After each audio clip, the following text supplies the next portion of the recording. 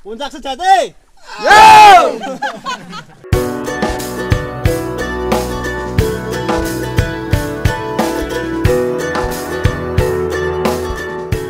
Raung jalur Kalibaru terdapat 9 camp dan 4 puncak. Pos 1 hingga camp 4 bisa dibilang landai. Camp 4 dan seterusnya jangan harap. Idealnya, Raung ditempuh selama 4 hari 3 malam. Hari pertama camp di camp 4, hari kedua di camp 7, hari ketiga summit attack, dan hari keempat pulang. Karena alasan keterbatasan waktu, kami hanya punya waktu 3 hari 2 malam saja. Jadi, hari pertama harus langsung gas ke camp 7. Di Raung, kita juga wajib sewa alat climbing dan guide, mengingat jalurnya yang tidak bisa ditempuh hanya dengan menggunakan kaki dan tangan saja. Kita butuh alat climbing seperti harness, karabiner, descender, tali webbing, tali karmantel, helm, dan tali prusik. Harga sewa alat dan guide berkisar antara 400 sampai 500 ribu rupiah per orang. Di sana kamu juga bisa sewa porter air dengan harga 350 ribu rupiah per 15 liter. Jika ingin bawa sendiri, idealnya kamu harus membawa air minimal 6 liter per orang untuk perjalanan 4 hari 3 malam.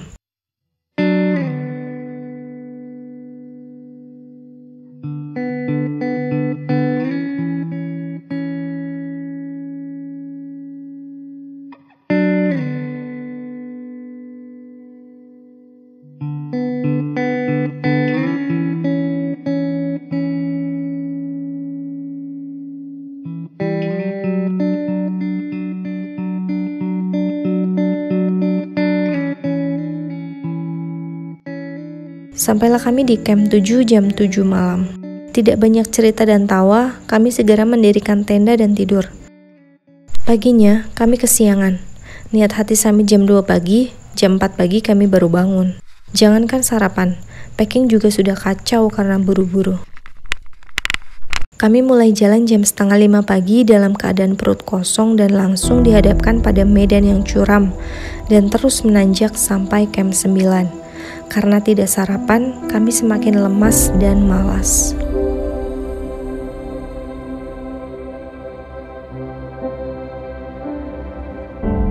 Semangatku masih ada, hanya tenagaku yang tinggal sisa.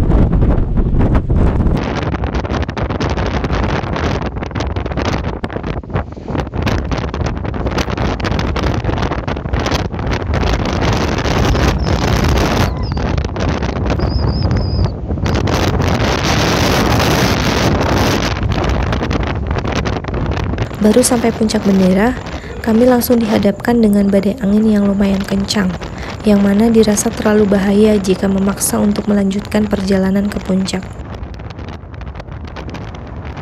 Setelah berdiskusi mengenai beberapa pertimbangan, akhirnya kami memutuskan untuk berhenti sejenak sampai badai agak mereda.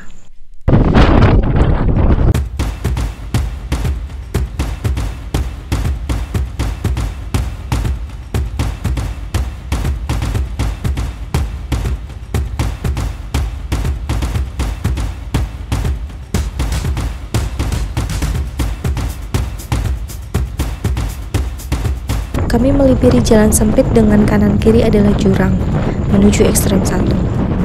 Tidak fokus pegang kamera, aku lebih fokus pada jalan dan berdoa. Padahal jalannya cuma satu, tapi aku selalu tanya. Saking paniknya sehingga tidak bisa berpikir bahwa jalan macam itu bisa dilewati. Aku termasuk orang yang sangat takut dengan ketinggian atau akrofobia. Rasa takutku jauh lebih berlipat dibanding kawan yang lain. Aku sadar bahwa aku adalah salah satu penyebab yang membuat perjalanan kami menjadi lebih lama dari seharusnya. Rombongan teman yang ada di depanku bisa melangkah dengan gagahnya, bahkan sampai hilang dari pandanganku. Sedangkan aku masih meraba-raba jalan, membuat semua benda yang ada di samping kanan kiri sebagai pegangan. Untuk maju satu langkah pun dipenuhi dengan ribuan pertimbangan. Dan tentu saja, di belakang terdapat antrian yang memanjang. Ya, terpenting hati-hati dan sabar.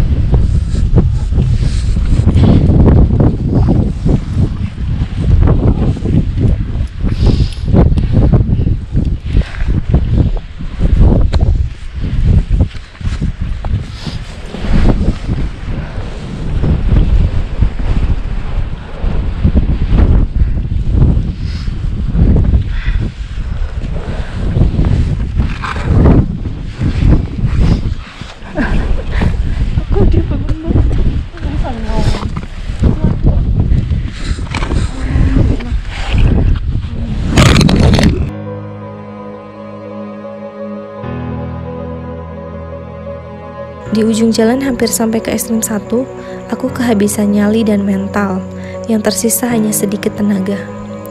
Rasa takut yang menggerogoti terlalu kuat, sehingga jalan terakhir adalah pegangan tangan. Angin masih cukup besar dan jurang di kanan kiri semakin jelas. Malu sebenarnya, namun nyawaku masih jauh lebih berharga dibanding gengsi. Jangan pernah pelihara gengsi di gunung.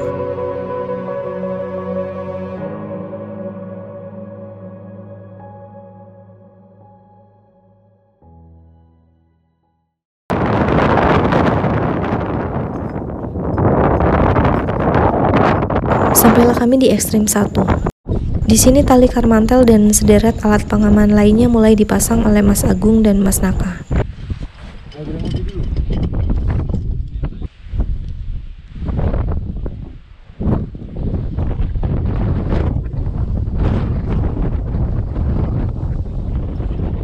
Dan kami diharuskan melewatinya dengan teknik ascending atau menaiki tebing.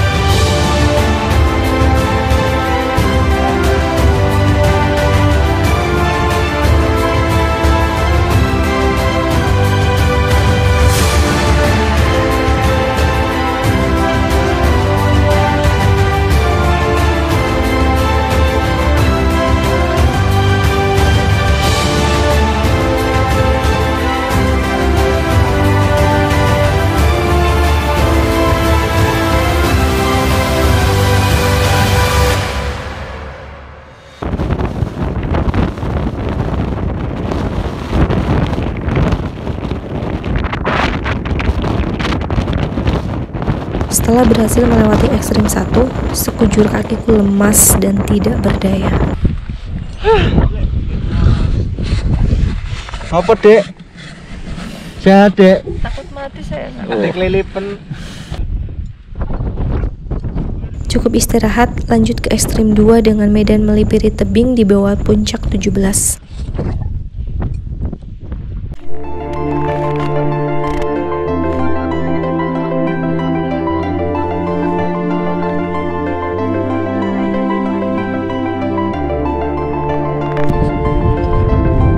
Briefing kemarin disampaikan bahwa puncak 17 sudah tidak direkomendasikan untuk disambangi dengan alasan keamanan. Kami hanya melipir di bawahnya dengan pengaman tali webbing.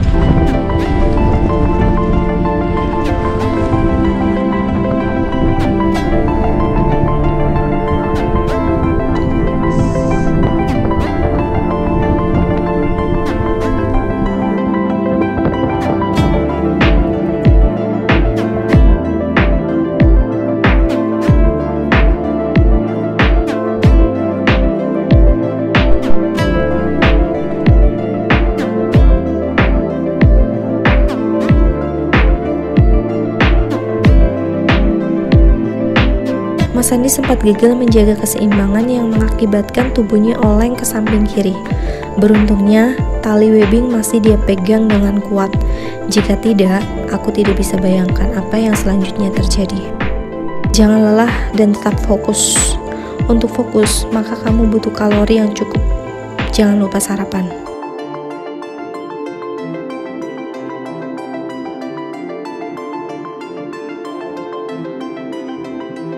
Dari sini aku paham bahwa rekam jejak Gunung Raung tidak sebanyak gunung-gunung yang lain karena memang kondisinya yang seperti ini.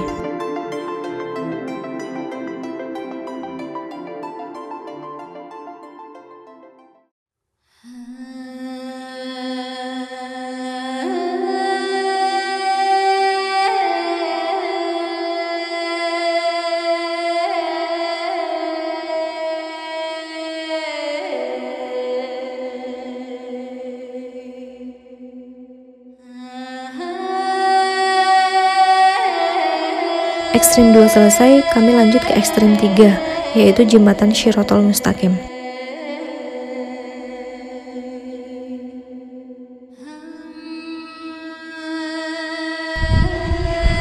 Jalannya lebih sempit dibandingkan puncak bendera ke ekstrim 1.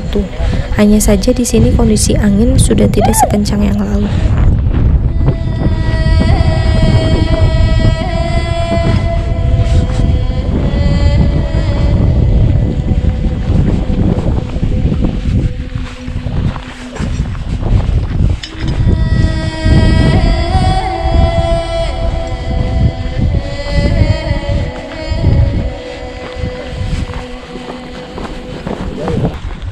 Oh, ganti.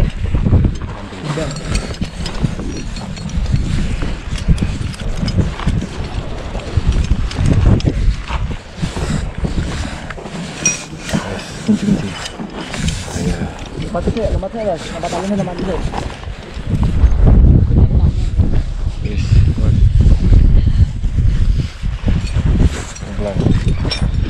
Bisa ya, iya. Ada lematnya.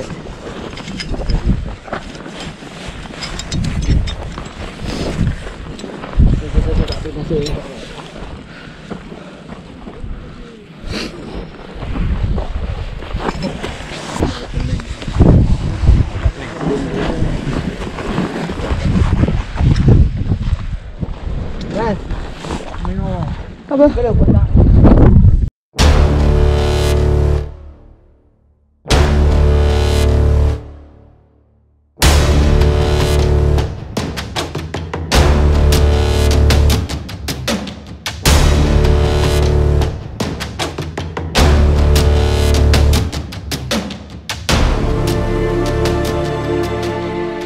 Lanjut ekstrem 4.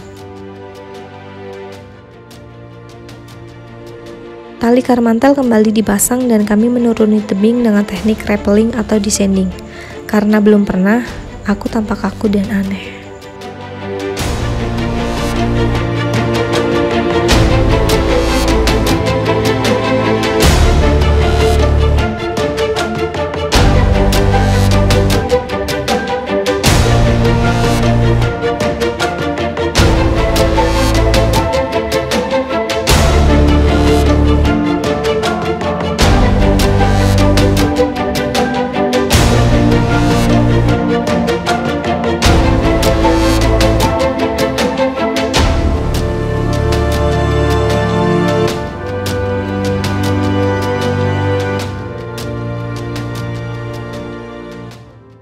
Istirahat sebentar setelah senam jantung, kami lanjut menuju puncak tusuk gigi. Nyengir. Wah, urap. Urap.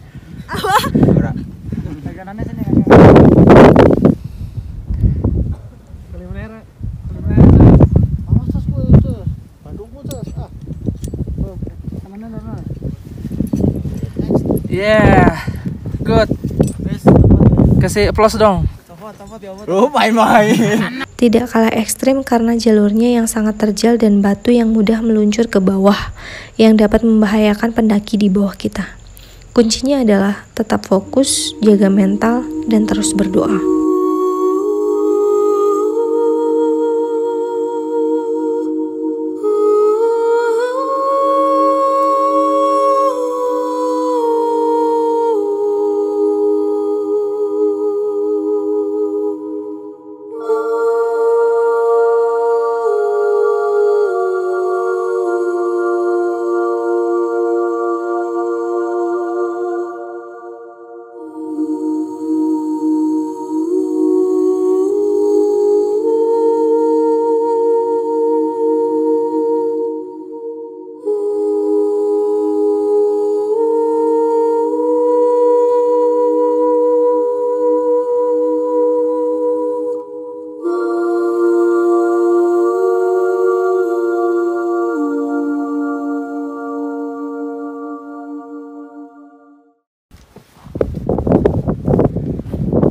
Beberapa jam kemudian, kami sampai di puncak tusuk gigi.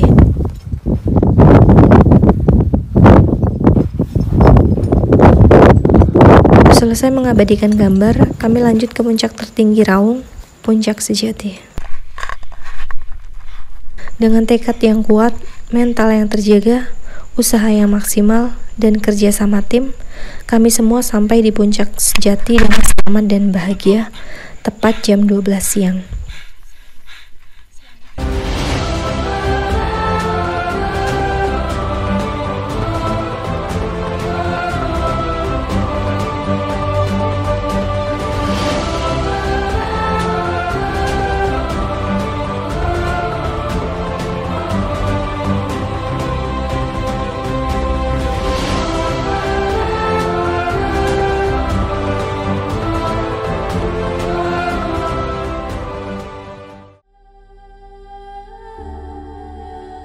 Kelegaan kami di Puncak Sejati tidak berlangsung lama. Kenyataan menyadarkan bahwa kami harus pulang melalui jalan yang mengerikan itu kembali.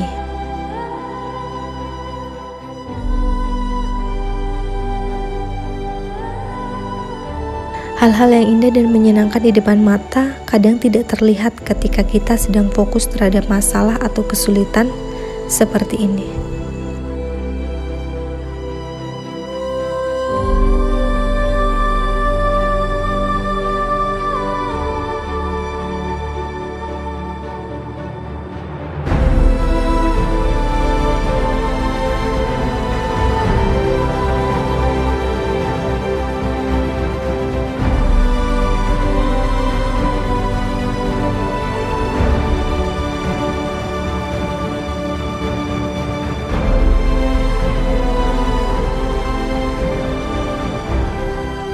Shiratul Mustaqim di waktu pulang terlihat lebih mengerikan karena sebagian tertutup kabut. Kalian berani kesini? Kawan seperjalanan adalah hal yang sangat penting untuk kamu pilih. Jangan asal mendaki dengan orang yang baru kamu kenal. Lebih baik mendaki dengan orang yang kamu sudah paham perangai dan sifatnya, bukan menutup diri, namun menjaga diri. Aku sangat bersyukur mempunyai kawan-kawan seperti mereka. Walaupun jalanku seperti siput, namun mereka tidak pernah meninggalkan. Dan ketika kamu kehilangan semangat, merekalah tempatmu berpijak, saling mengandalkan dan diandalkan. Raung buatku adalah gunung yang teramat istimewa. Berkali-kali berencana, berkali-kali itu pula gagal. Kami pulang membawa kebanggaan yang luar biasa. Bangga dengan usaha kami, bangga dengan kerja keras kami, bangga dengan jerih payah kami yang bisa mengantar kami semua hingga Puncak Sejati, dan tentu saja hingga pulang kembali ke rumah.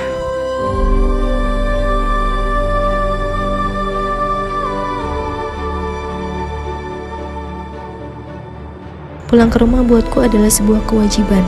Kewajiban tanpa toleransi yang artinya harus terpenuhi. Bukan menaklukkan gunung, namun menaklukkan sifat angkuh yang kadang melejit.